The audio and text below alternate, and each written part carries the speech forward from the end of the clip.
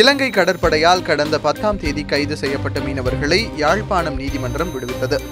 இதனைத் தொடர்ந்து சர்வதேச கடல் எல்லையில் இந்திய கடலோர காவல் படையிடம் ஒப்படைக்கப்பட்ட அவர்கள் நேற்று மாலை காரைக்கால் வந்து சேர்ந்தனர்.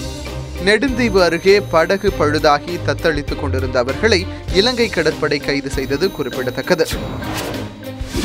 செங்கல்பட்டு நீதிமன்ற வளாகத்தில் 1 கோடி ரூபாய் செலவில் கட்டப்பட்டுள்ள மாற்று முறை தீர்வு மைய கட்டடத்தை சென்னை உயர்நீதிமன்ற பொறுப்பு தலைமை நீதிபதி அக்னிஹோத்ரி திறந்து வைத்தார். வழக்கறிஞர் சங்க தலைவர் பாலாஜி தலைமையில் நடைபெற்ற இந்த விழாவில் காஞ்சிபுரம் மாவட்ட ஆட்சித்தலைவர் பாஸ்கரன் உள்ளிட்ட உயரதிகாரிகள் கலந்து கொண்டனர். சிவகங்கை மாவட்டத்தை சுற்றியுள்ள கிராமங்களில் வசிக்கும் மக்களின் பொருளாதாரத்தை மேம்படுத்தும் வகையில் புதுவாழ்வு திட்டம் செயல்படுத்தப்பட்டு வருகிறது. இது விவசாயிகளுக்கு மாற்று தொழில் ஆதாரமாக இருக்கிறது.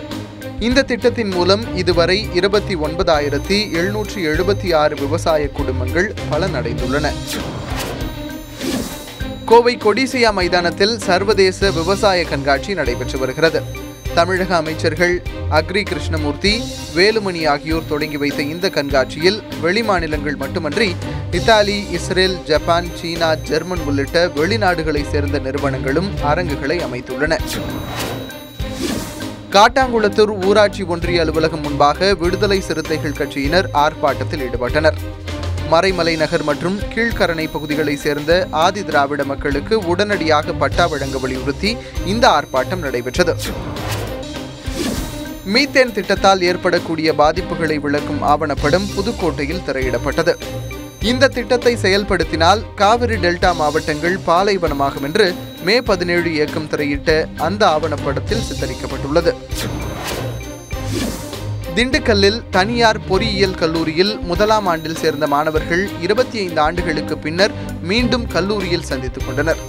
தங்கள் வகுப்பறைக்கு சென்ற அவர்கள் மலரும் நினைவுகளை நண்பர்களுடன் பகிர்ந்து மகிழ்ந்தனர். இந்த சந்திப்பிற்காக வெளி மாநிலங்களில் இருந்தும் வெளிநாடுகளில் இருந்தும் அவர்கள் வந்திருந்தனர் என்பது குறிப்பிடத்தக்கது.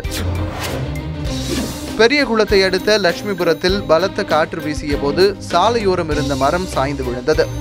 அந்த வழியாக அப்போது சென்று கொண்டிருந்த இருசக்கர வாகனம் ஒன்றும் தனியார் பேருந்தும் அதில் சிக்கிக் கொண்டன. இருசக்கர வாகனத்தில் சென்ற தென்கரையை சேர்ந்த பார்த்திபன் உடல் நசுங்கி பலியானார்.